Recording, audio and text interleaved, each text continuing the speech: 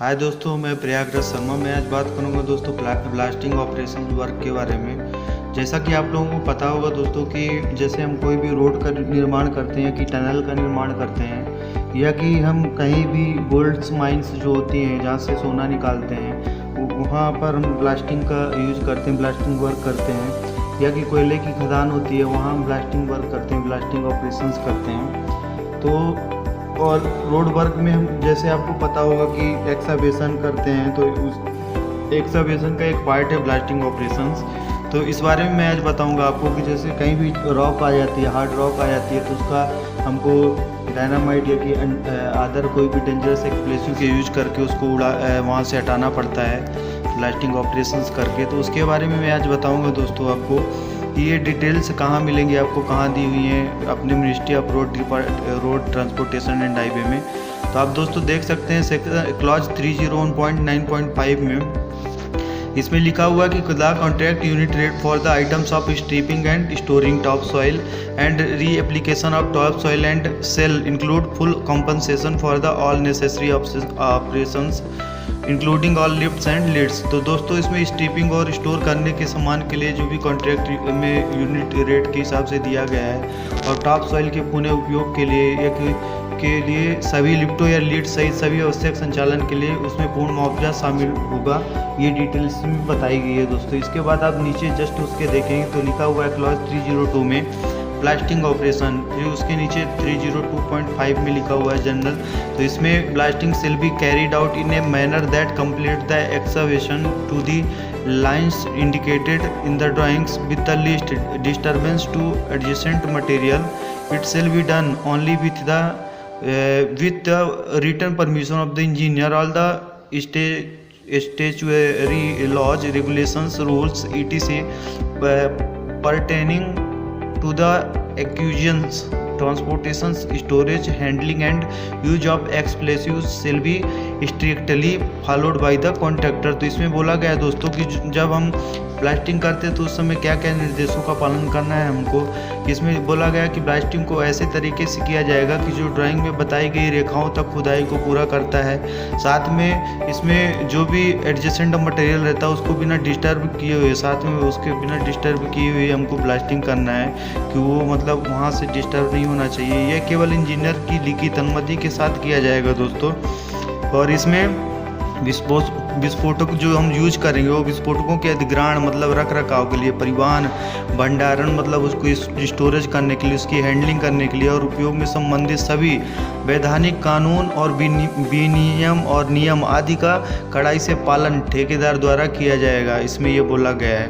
तो इस चीज़ को भी आप निर्देश को पढ़ सकते हैं कि मूर्त में जो दिया हुआ है। उसके बाद नीचे लिखा हुआ है दोस्तों, द कॉन्ट्रैक्टर में बी अडॉप्ट एनी मेथड और methods of blasting consistent with the safety and job requirements period to starting and any phase of the operations. The contractor shall provide information describing persons blasting procedures dimension and notes. तो इसमें बोला गया दोस्तों कि जो ठेकेदार होंगे वो सुरक्षा और नौकरी मतलब सुरक्षा और काम की आवश्यकताओं के अनुरूप उसमें प्लास्टिक के किसी भी ब्लास्टिंग जो हम यूज करते हैं ब्लास्टिंग के किसी भी तरीकों को अपना सकता है, परंतु ऑपरेशन के किसी भी चरण को शुरू करने से पहले ठेकेदार प्रशासनिक ब्लास्टिंग प्रक्रिया को और उसके डायमेंशन और उसके नोट्स को वर्णन करने वाली जानकारी प्रदान करेगा। मतलब जो भी जिस मेथड से वो ब्लास्टिंग करना चाहता है उसकी मेथोलॉजी इंजीनियर्स को कॉन्ट्रैक्टर द्वारा प्रोवाइड कराई जाएगी, इंफॉर्मेशन दी जाएगी कि हम इस प्रकार से ब्लास्टिंग का काम करेंगे। उसकी पूरी लिखित इंफॉर्मेशन दी जाएगी इंजीनियर को ठेकेदार द्वारा कि सर हम इस तरह से काम करेंगे ब्लास्टिंग का।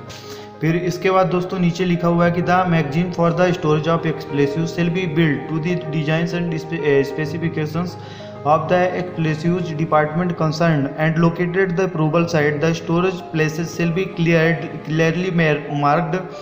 Danger explosives.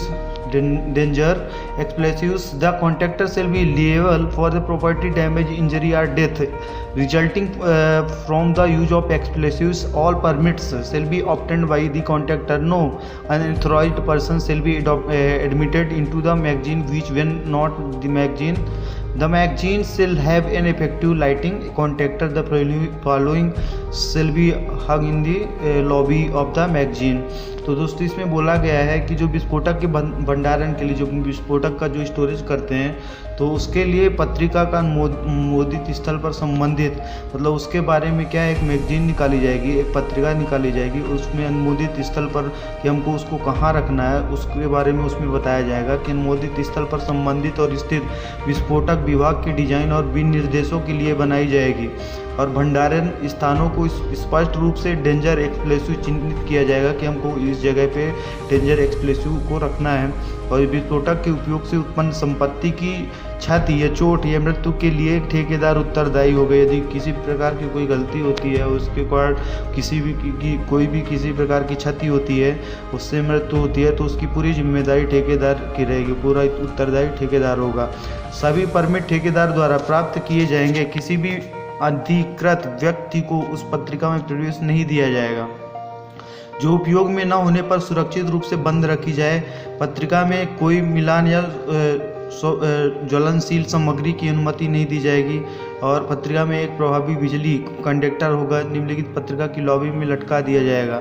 तो इस प्रकार से उसमें जो भी लिखा रहेगा, जो पत्रिका उसमें जो भी इंफॉर्मेशन रहेगी अकॉर्डिंग टू डेंजरस एक्सप्लोसिव के बारे में, अकॉर्डिंग टू गवर्नमेंट रूल्स के अकॉर्डिंग जो भी उसमें परमिशन रहेगी कि एक्सप्लोसिव डिपार्टमेंट रहेगा जो उसको मैगजीन जारी करेगा कि आपको किस प्रकार से उसका यूज करना है, और वो ऐसे स्थान पर रखना जहाँ कोई भी ज्वलनशील पदार्थ ना हो, जिसके कारण कोई भी घटना ना घटे, तो उस चीज़ को भी ध्यान देना। और लाइटिंग कंडक्टर का जो इसमें प्रभाव नहीं पड़ना चाहिए, ऐसी जगह पे हमको यूज करना है, मतलब रखना है इसको।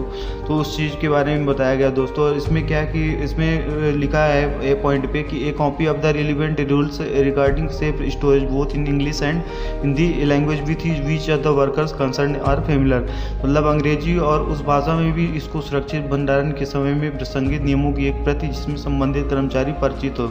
मतलब कि हमको जहाँ भी हम इसको रखेंगे तो इसमें जो भी सुरक्षा के नियम है उसका जो भी बोर्ड लगाएंगे, हम जो भी बोर्ड यूज करेंगे वहाँ, तो नियमों को लिखते समय हम इंग्लिश और ऐसी भाषा में भी लिखेंगे कि जो वहाँ के लेबर्स हैं या कि जो कोई भी वहाँ के लोकल जो वर्कर हैं तो वो आसानी से उस चीज़ को समझ जाए कि इसमें कौन कौन से नियम दिए गए हैं, कौन कौन से नियम लिखे गए हैं इस पत्रिका मैगजीन में, तो उस स्टेटमेंट को आसानी से पढ़ सकें। फिर बी नंबर दिया हुआ है तो दोस्तों कि इसमें a statement of up to date stock in the magazine, कि पत्रिका में अप टू डेट स्टॉक का एक बयान रहेगा पूरा कि इसमें क्या क्या होगा और किन किन नियमों का आपको पालन करना पड़ेगा, उसमें पूरा डिटेल्स रहेगा, वो सब लिख के उसमें बॉर्डर में लगाया जाएगा। इसके बाद इसमें दोस्तों लिखा हुआ है a certified showing the last date of the testing of the lightning conductor and डी है a notice that smoking is strictly prohibited. इसमें बिजली कंडक्टर की परीक्षण की अंतिम तिथि दिखाने वाला एक प्रमाण पत्र भी रहेगा कि जो बिजली कंडक्टर यूज किए जाएंगे तो उसके टेस्टिंग की अंतिम जो डेट है वो दिखाने का एक सर्टिफिकेट भी इसमें रहेगा, वो दिखाना पड़ेगा।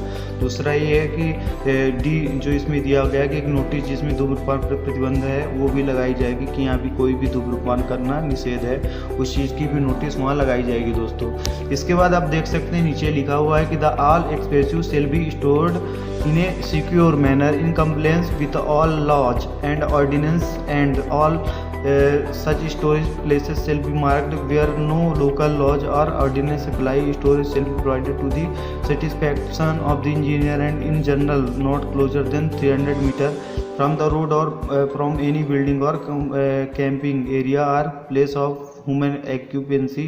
In the addition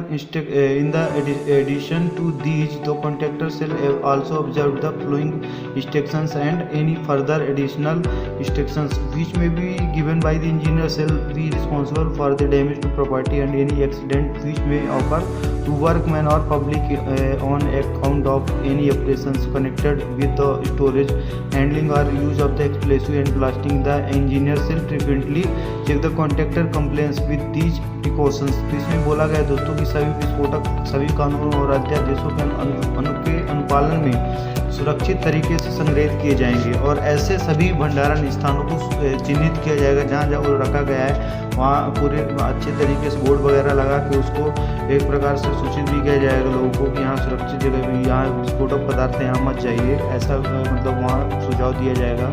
और जहाँ कोई स्थानीय कानून के अध्यादेश लागू नहीं होते हैं वहाँ मतलब जो एक्सप्रेसिव डिपार्टमेंट है केवल उसी के कानून चलेंगे, बाकी कोई भी स्थानीय कानून नहीं चलेंगे। वहाँ अभियंता की संतुष्टि के लिए भंडारण उपलब्ध कराया जाएगा और समान रूप से सड़क या किसी भवन या शिविर क्षेत्रीय मानव अभियोग के स्थान से 300 मीटर के करीब नहीं होगा। इनके अतिरिक्त ठेकेदार निम्नलिखित निर्देशों और किसी भी अतिरिक्त निर्देशों का पालन करेंगे जो कि अभियंता द्वारा दिया जा सकता है। और संपत्ति के नुकसान के लिए जिम्मेदार होगा कॉन्ट्रैक्टर और किसी भी दुर्घटना से जुड़ा हो सकता है वो, और जो किसी भी संचालन के लिए। और इसमें दोस्तों संपत्ति के नुकसान के लिए जिम्मेदार कौन होगा? कॉन्ट्रैक्टर होगा। किसी भी दुर्घटना से जुड़ा हो सकता है जो कि किसी भी संचालन के कारण काम करने वालों या जनता को हो सकती है, कोई भी दुर्घटना हो सकती है। और विस्फोटक का भंडारण, हैंडलिंग या उपयोग करना इंजीनियरिंग संबंध सावधानियों के साथ ही ठेकेदार के अनुपालन की अक्सर जांच करेगा। जो भी इंजीनियर रहेगा वहाँ इन सभी चीज़ों की जांच करेगा और ठेकेदारों को दिशा निर्देश जो है इसके प्रोवाइड कराएगा कि आपको इस तरह का वर्क करना है, अदरवाइज कोई भी घटना होगी तो उसके लिए आप जिम्मेदार होंगे। तो इसके बारे में पूरा इंजीनियर जो भी रहेगा वहाँ वो ठेकेदार को विधिवत बताएगा दोस्तों। तो ये इस बारे में आपको समझ में आया होगा कि ब्लास्टिंग ऑपरेशन के कुछ जो